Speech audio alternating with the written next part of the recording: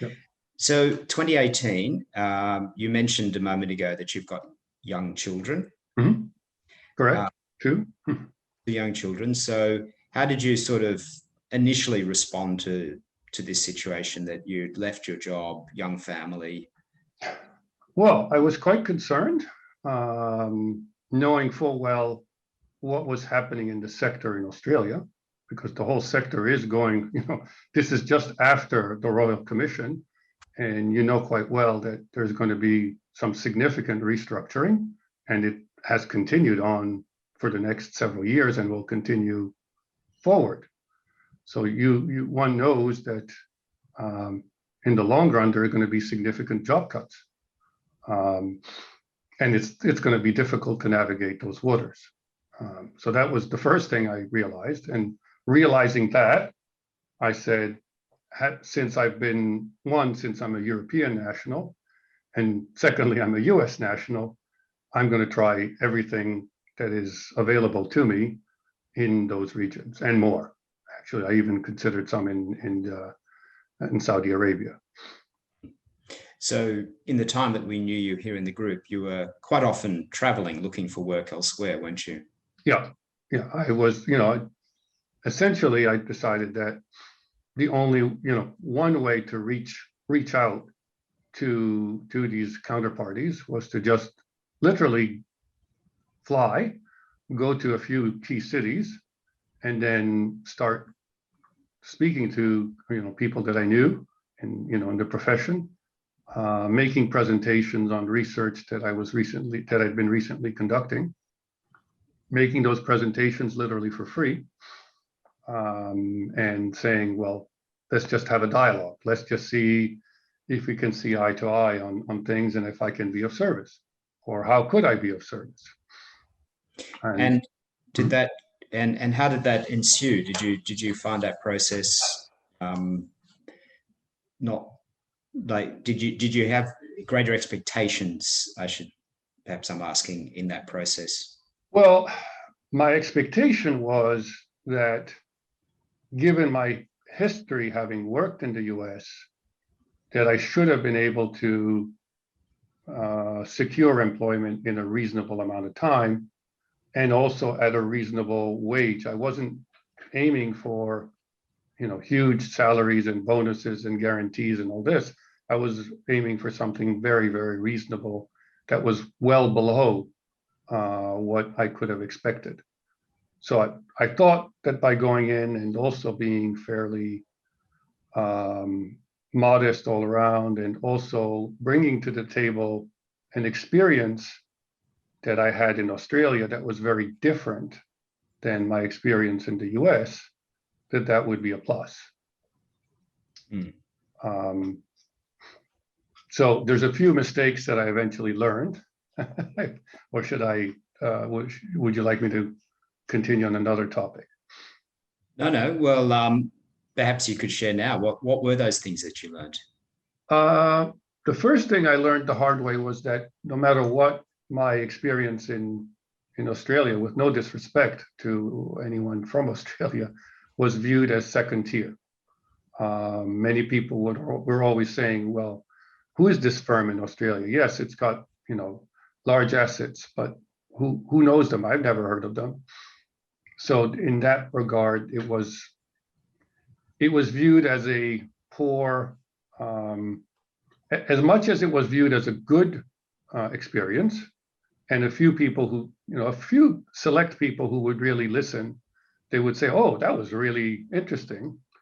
But for the most part, it was a negative, right? The other negative was that I'd been gone for 10 years, which was, it's a long time, and people wonder whether you're going to come back, whether you really are genuinely interested in moving back to either the US or Europe. And whether you're, in Europe, I'd been gone for a long time, and people were saying, well, and I heard actually in one case from an Italian opportunity that I had, they said, well, some of the conflicts of interest you faced are even more serious in this country. So they said, you're going to be unhappy here. And it was a very candid sort of interview. Yeah. So did you find that issue or similar to the issue over which you decided to part ways with your previous employer, that sort of problem kept surfacing in your discussions?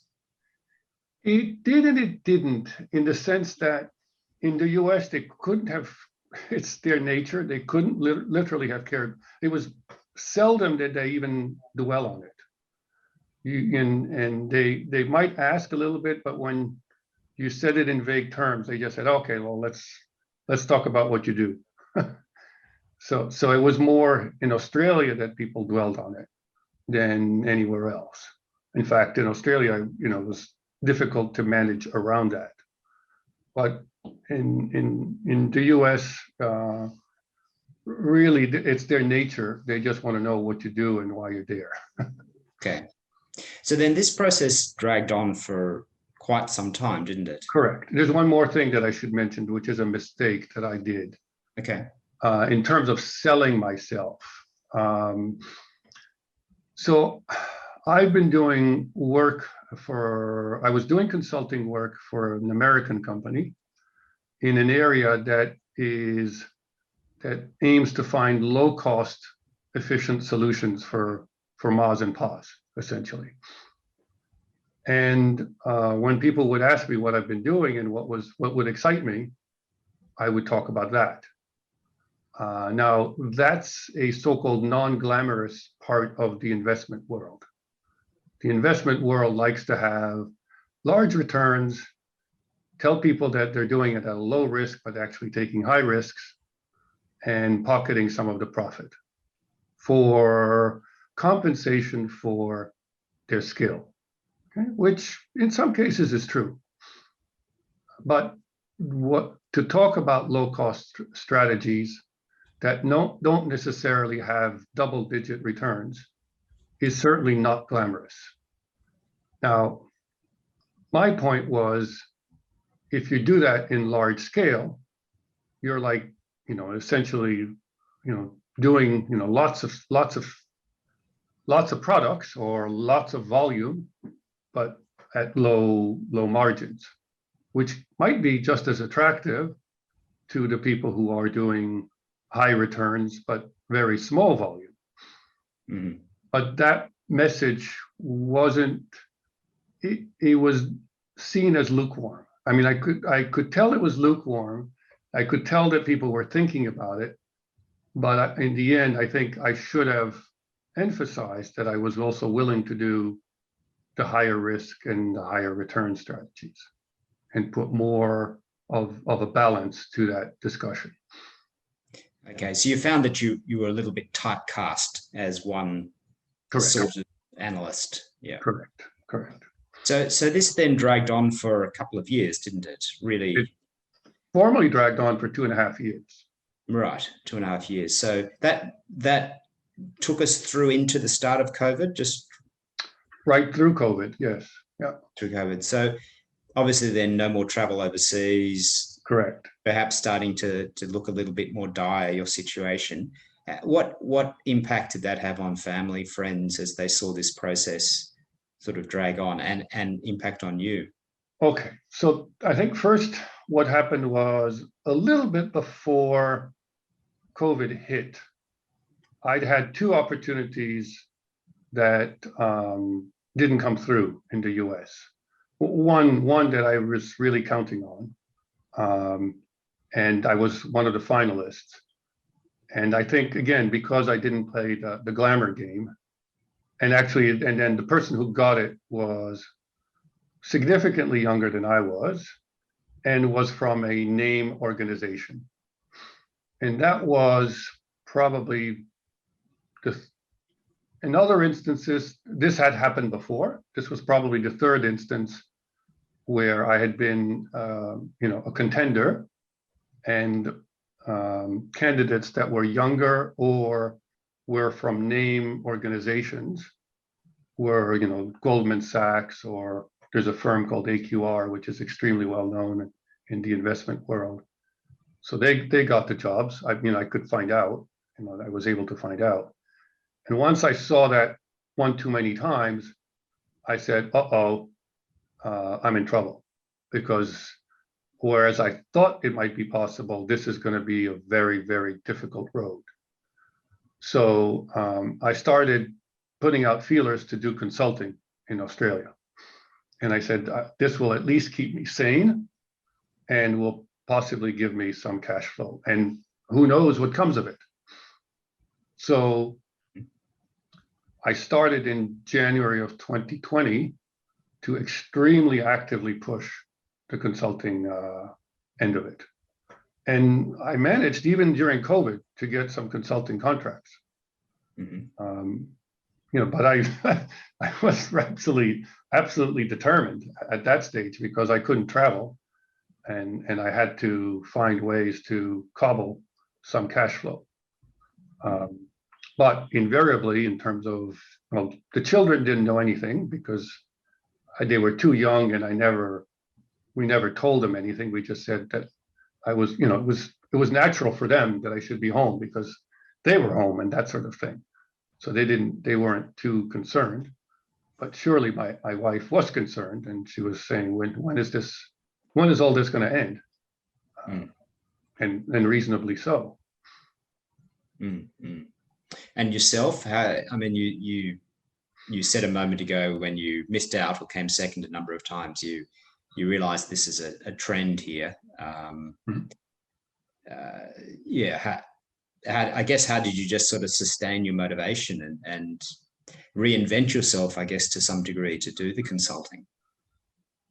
Well, I have a sense of duty. Friends of mine have said that I have a sense of duty that goes beyond the normal.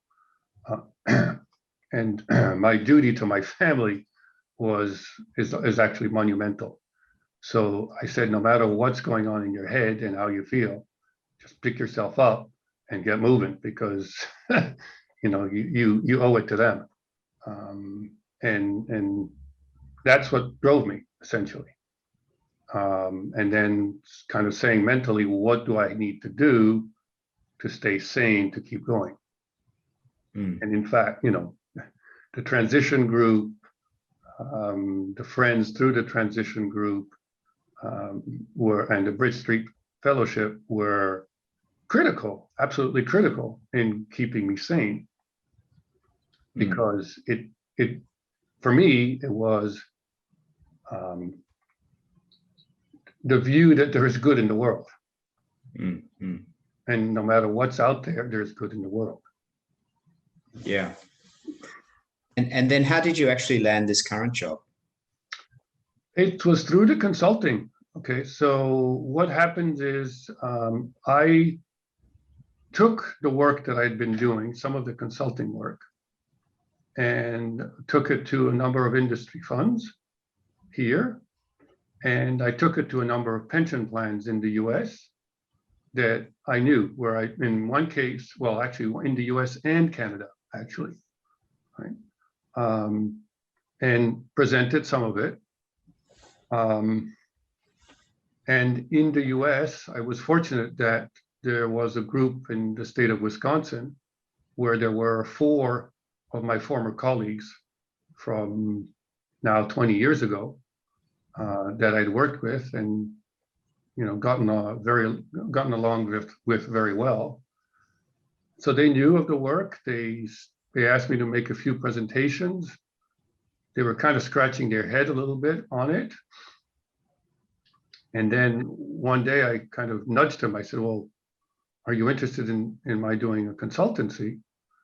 And one of them said, well, are you interested in working for us, permanently? And I said, yeah, sure. And they were concerned that, being a state public pension plan, that, the pay would be too low. But at that stage, I was looking for stability, because the consulting that I was doing, I had something like 7 or 8 consulting assignments. And by that time, I was finding it extremely difficult to juggle all those assignments and find kind of a focus, so to speak. And in some cases, some of those assignments were clearly not very pleasant from the personalities that were involved. So I mean, I was doing it because, again, I wanted to have something that would, give me the sense that I was working and bringing cash flow. But Yeah. it was, without being disrespectful to those people, it was not the most pleasant experience that I was looking for. Mm-hmm. Which probably only reinforced some of the issues that you faced in the previous full-time job. In one case, there was already a hint of that, and I said, "Oh no, not again." So when was it that you started full-time with the Wisconsin? You'll have to remind me the name. Sure. The state of Wisconsin, it's called SWIB for short, State of Right. Wisconsin Investment Board. Okay, SWIB. When did you? I started in March of this year. Okay. So I'm doing now 3 months of this night shift type of stuff. So in light of, so that was effectively like a 3-year period of being between full-time roles. What was on your mind then when you did return to this full-time role? Quite honestly, I started asking myself, well, do I still have the ability to work? I know it's a silly thing to say after I was doing gardening when I was 11. And then it was like pretty much how I would spend my summers, mowing people's lawns and things like that. So I was, and I'm from a family that had this tradition of, of a strong work ethic. So you pretty much work through, and even through university. And now all of a sudden, you're out of work for 2.5 years. That was just, was mind-boggling for me. So I said, well, can I readjust? I mean, I was really scared about it. Genuinely. I mean, I'm just being honest with all of you. So that was probably the main concern. And, I've got other concerns now as I have to think about moving a family. But, I've decided to take it one step at a time. And the first step is to make sure that they're happy with the work that I do, that I can connect with them even remote, because it's not an easy thing to do. But so far, so good. But have some of those initial fears that you had been allayed? Do you feel now kind of back in the groove? Yeah, I think what helped massively was, probably, almost wholly, was the fact that there were people that I knew, and they trusted me, and they had, I had won their confidence long ago. So they were just saying, okay, so how do we work together type of thing. Plus, it's a very, very, of all the jobs I've had in my life, this is probably the most congenial workplace that I've ever been in. You mean your bedroom or your home office? Okay, well, we will have the chance for everyone to ask Stefano some questions, or perhaps just share some reflections with the group. I might just ask one last before we do throw it open to everyone. So obviously you haven't had too much time now. It's only been 2-3 months in this role. If you can think back now and reflect on that whole 2.5-year period you went through, do you feel in any way that it has kind of shaped you?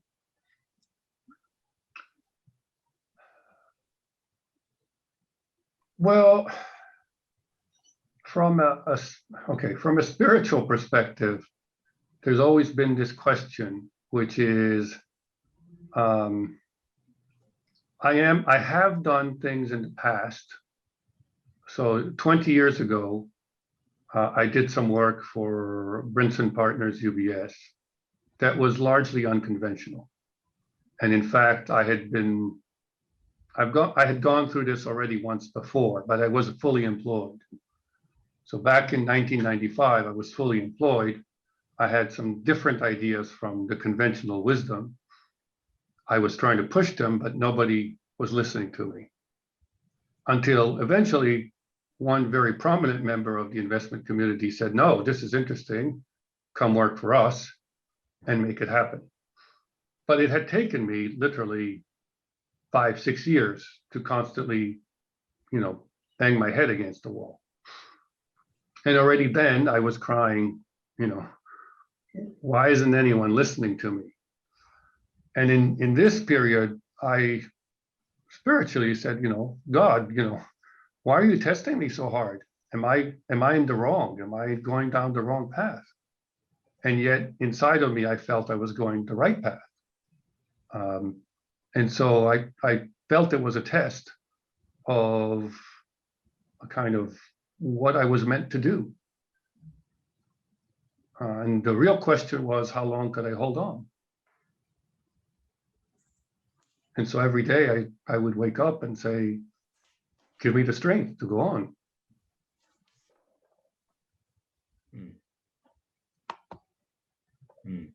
Thank you, Stefano. That's very moving and very real, what you're sharing.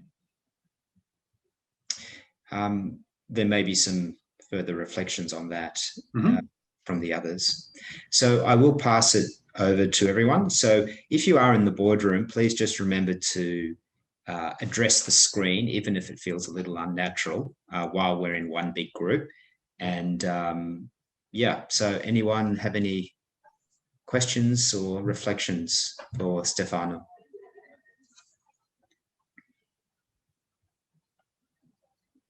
Oh, hi, Stefano. Andrew here. Thank you for sharing, and your resilience ongoing is inspiring, because I imagine it's not easy having a young family and working, especially on the weekends when they're around, etc. Just wanted to ask, the stance that you took that led to your exit, how was that viewed in Australia? Was it positively viewed, negatively, when you were looking for work? Just interested in the perceptions you got back from this. Well, the sad thing is that on a few occasions, some individuals said, well, we all do this, so why weren't you doing it? A very close friend of mine who also had worked with me back in my days at Princeton UBS, and who has since moved back to Australia, said, you're cooked. Everyone's going to know that you don't play ball. And indeed, there were quite a few organizations where I never got even a chance to have an interview, where I know they knew me. There were groups, it's a small community, especially in the investment world, right? So I knew them, they knew me for sure. And there's a gossip channel. I mean, there's nothing you can do about it.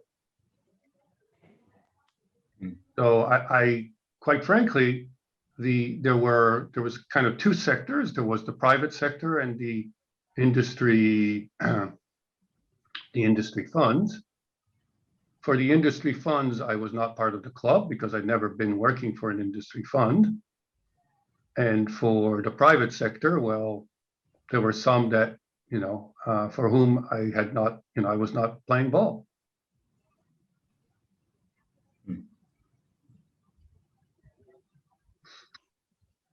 So I'm sorry to put it so bluntly that way, but that's the reality that I faced. And in fact, I said, well, why didn't I shut up?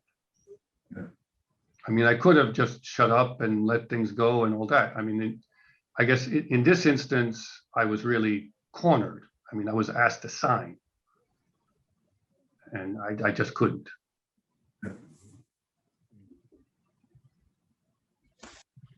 Stefano, it's Copcom.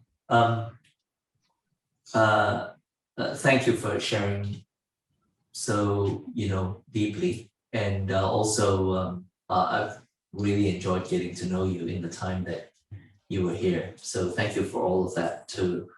I just wonder if you have, obviously people around this group, around on screen and around this table, they're in transition at the moment, right? And what thoughts or advice would you have for them in relation to how to make the best use of this group, how would they, what can they do to best to maximize the benefit out of the people around this group? I think first and foremost, all of you can, and I used to do that, just go out for a coffee and, you're going through the same things that you are experiencing. There's no shame. I mean, we all have our reasons for having dropped out of work and for this or for that. I think this transition group is a great thing because it keeps you're not the odd person, right? There's other people who are going through what you're going through. And that's very helpful. So draw on the resources. It doesn't have to be that you get a job out of it, but at least from a human perspective, share that moment. I guess the other things I would emphasize is do what will help you stay sane. And there's a few things which are making sure that you are like the discipline of your day is absolutely critical. To me, it was. All right. So I would get up quite early, go for a run, do some gym, that sort of thing, so that at least I was physically healthy and relaxed when I would sit in front of a computer. The other thing too, I think one of the things that I was thinking as I was preparing, for this discussion was a very funny thing, which applies to some of you and not all of you for sure, is when you're working and you get older and some things happen to you physically or this or that. I mean, you get sick for one reason or another, or just things that happen with age. I mean, I now have to have a what do you call it? Cataract surgery, right? And it was coming. So it is what it is. It comes with age, right? But I think you become, if you're working, all of these things are minor, right? When I remember I was working at 100 miles an hour, 100 kilometers an hour, you have a broken knee or this or that or whatever, soccer injury, whatever you call it, you don't even think about it. You're just going. But when you're out of work, all these things, and some of it is caused by your age, you start saying, oh my God, right? And the whole notion that you're not getting work because of your age, and then you get all this other stuff, right? Like a cataract thing, well, and I knew it was coming, right? They weigh on you more heavily, right? And so all I can say in that, if I might, who knows the poem of Ulysses by Tennyson?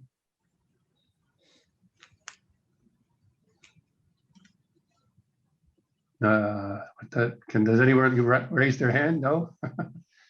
It's a beautiful poem. It's clearly my favorite poem. And it tells the story of Ulysses when he comes back after all his trips and journeys, and he's coming back to his family. And in the literature, there's nothing that tells you what Ulysses does. But actually, this poem says, what is he going to do?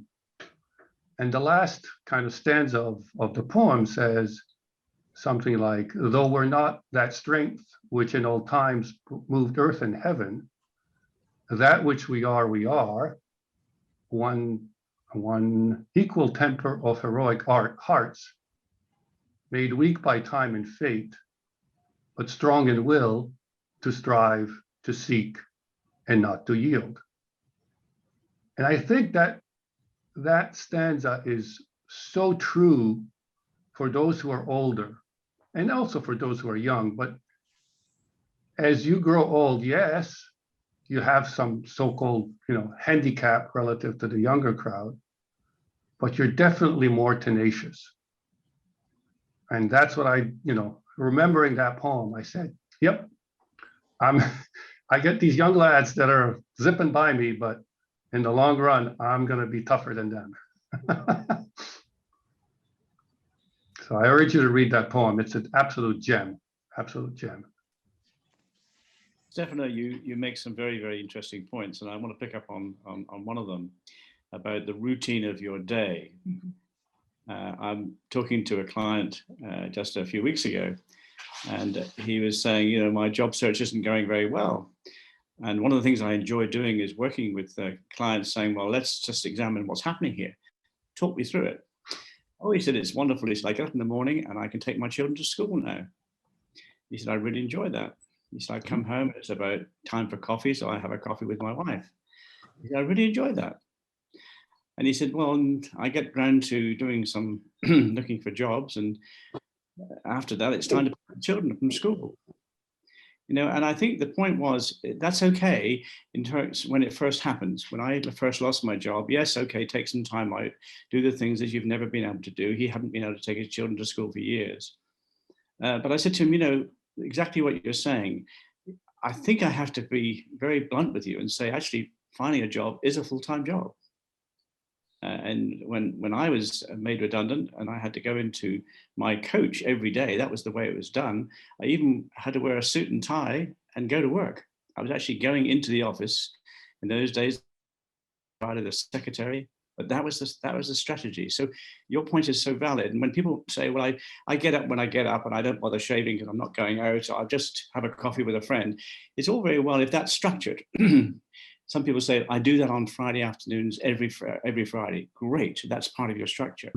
But what you're saying is, what I passionately believe in, those that don't succeed sometimes is they're not making finding a job a full-time job. And it's very, very hard work, but it is a full-time job. So thank you for raising that point. No, I concur. I mean, it's, you know, and the routine helps you because you don't have the same discipline that you have at work or the discipline that's imposed by the work and by the deadlines. It's too open-ended, and you have to put the structure on it yourself. And then the other things, if I might, also is this whole business of consulting. I mean, in the end, you know, I was trying one too many things, but still, some of them were bringing fruit, and some of them were quite, you know, good cash flow generators. So really, I mean, and then eventually, because of the consulting, that's how I got my final job, right? Because I made an offer to consult, and they said, no, we want you here permanently. So it's a good way to stay sane if you're able to do these small projects. Another way that we use sometimes when people are struggling is I say to them, okay, I want you to assume for the next few months that I'm your boss. Because this is where I was actually trained. And you need to schedule a meeting with me once a week, and we'll go through what you've been doing in terms of I want you to know, you know, the jobs that you've applied for, how's it going along. It was almost like a salesman reporting to his sales manager. And many people have found that quite helpful. I don't say it's a pattern that I follow very often, but people who really are struggling saying, okay, well, report in next week. Report in, yes, because that is the role that is helping you to say, okay, well, I'm going to be held to account next Thursday afternoon at 2:00 as to what I've been doing, and I need to report in, not because it's because of the coach, because of their own discipline, the individual. So that's something which is a technique which I think really does work if you can find somebody to hold you to account, or whatever word you want to use.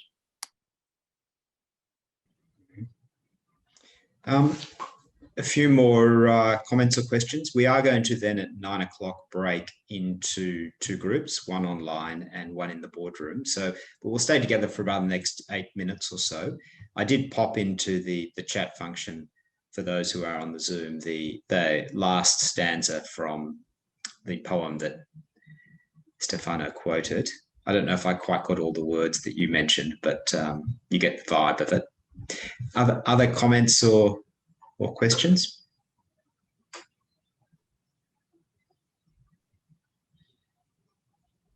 I didn't mean to ignore the younger crowd when I talked about the older crowd, because that's where I'm coming from. And I guess the only thing that I would suggest to the younger crowd is you probably have more options to try different things. And that may be an opportunity for you to try different things. Yeah, no, understandable. You're speaking naturally to your experience. Yeah, I mean, when I came to Australia, I tried something completely different from what I was used to doing. Not completely, but significantly different. Final questions, comments, anyone from the boardroom or from the Zoom? One thing that those of you who've been on have heard us talk about before is that some of our clients have gone out to do volunteer work while they are looking for a job. And it's kind of like the consulting thing. I think it's a way of keeping yourself focused, keeping in a routine. Also, it's a networking kind of thing too, because what you were doing, Stefano, in your consulting was actually you were networking as well as working, consulting. And I think if you're able to take some time, even the couple of clients I'm thinking of are part-time volunteering with an organization. One actually got a job with that organization ultimately after showing them, just how valuable he was, and something came up and they hired him. But that's another avenue for keeping yourself motivated, feeling useful, productive, and networking and discipline too, I think. So that's just something to think about. Well, one last thing that, and apologies, I failed to, when we were talking about the group here, I failed to do was to recognize the good work that I got, the good advice I got from Daniel and Jeannie. I mean, as far as I'm concerned, it was the best kind of review of my resume, best structuring, and their seminars. I always recall, and in the best of ways. So thank you for that, and I urge all of you to seek them out. I'm not trying to make you to work too much, but It's been a joy Thank working you. with you. Yes, it has been. Well, that might be a good segue just for Robert and for Millie, for those who are new, just in the last couple of minutes before we do break. So Daniel and Jeannie, I gather you've got some sessions this Friday because my daughter is joining you, I know, in some of them. To just tell us a little bit what's happening. Well, for those of you we haven't met, we have a voluntary service that we're providing. We have done for now just over a year, called Job Search Help for You. I'll get Jeannie to put that website up. And we're offering a free service to help people in transition. Now, many people in this group have joined. Stefano was one of them, and others as well. And we actually have two workshops on Friday. One is the whole question of career readiness. How do we get ready to actually make a transition, which I lead. And then the second one is Jeannie leads on what is the effective CV resume. The number one reason why people don't get called for interviews is the CV is just simply not being read. And that's what we major on. Now, Tracy is also on the call. She works with us as a volunteer, and she's an expert on career counseling, and particularly when it comes to LinkedIn. So there's a LinkedIn workshop as well that she has. So if you are interested in joining us, just send us a request through that website, and we'll be delighted to first of all talk with you, then see if you want to come to the workshops on Friday, one at 9 o'clock and one at 10:30. Fantastic. Thank you for that.